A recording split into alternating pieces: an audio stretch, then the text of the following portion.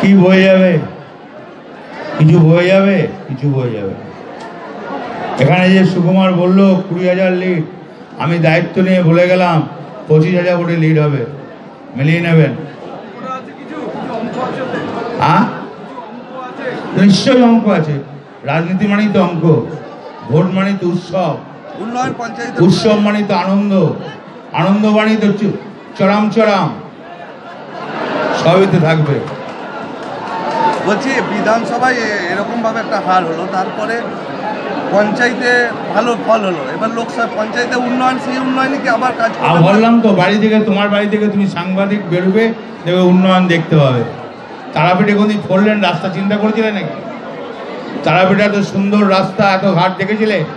মা তারাকে কীভাবে রেখেছিল 34 বছর, আর মমতা ব্যানার্জি 7 বছরে কীভাবে মা তারাকে রাখলো? তার আশীর্বাদ নাই, তার দোয়া নাই। বলছি বিধানসভার সঙ্গে কেন আজকে সমীক্ষাটা করলেন, লোকসভার সঙ্গে লোকসভার সমীক্ষা করলেন? এটা হয় না। লোকসভা গিয়েছে 14 সালে, বিধানসভা গিয়েছে 16 সালে। 16 সালটাই নিয়ে ভোটের রাজনীতি হয়।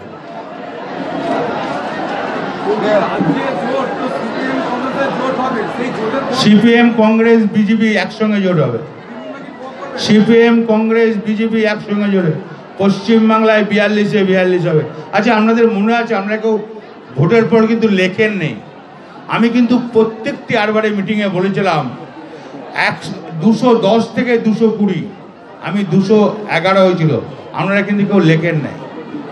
পশ্চিমবাংলার একটা মানুষ আমি বলেছিলাম 211, 210 থেকে 220 হবে। মনে আছে আপনাদের?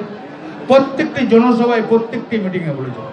আবার বলে গেলাম, বিজেপি 80 থেকে 100-র বেশি সিট পাবে না, মিলিয়ে নেবেন। বাজপেয়ীর মতন লিডার সে ফিরে আসে নাই, মোদিকে মানুষ চায় না। বলছি অমিত শাহ কয়েকদিন আগে বলেছে যে পশ্চিমবঙ্গে প্রত্যেকটা বাড়িতে বিজেপি কর্মীরা আপনারা নিজেদের নাম লিখে রাখুন যে আমরা বিজেপি কর্মী। আপনি কি বলবেন এই উদ্দেশ্যে? পাগলের মতন কথাবার্তা। যখন কোনো লোক যখন নতুন পুরনো পাগল এক কথা বলে, নতুন যখন পাগল হয় সে দারুণ দরাদরি করে, চারিদিকে ছোটাছুটি করে, মন্দিরের রাস্তায় শুয়ে পড়ে, রাস্তায় শুয়ে পড়ে, মন্দিরের নিচেতে শুয়ে পড়ে, ওগুলো নতুন পাগল। আবার যখনই পুরনো পাগল হবে, কোনো ধাড়িতে চুপচাপ বসে থাকবে। পাগলে অনেক নিয়ম কারণ আছে তো, এই নতুন পাগল।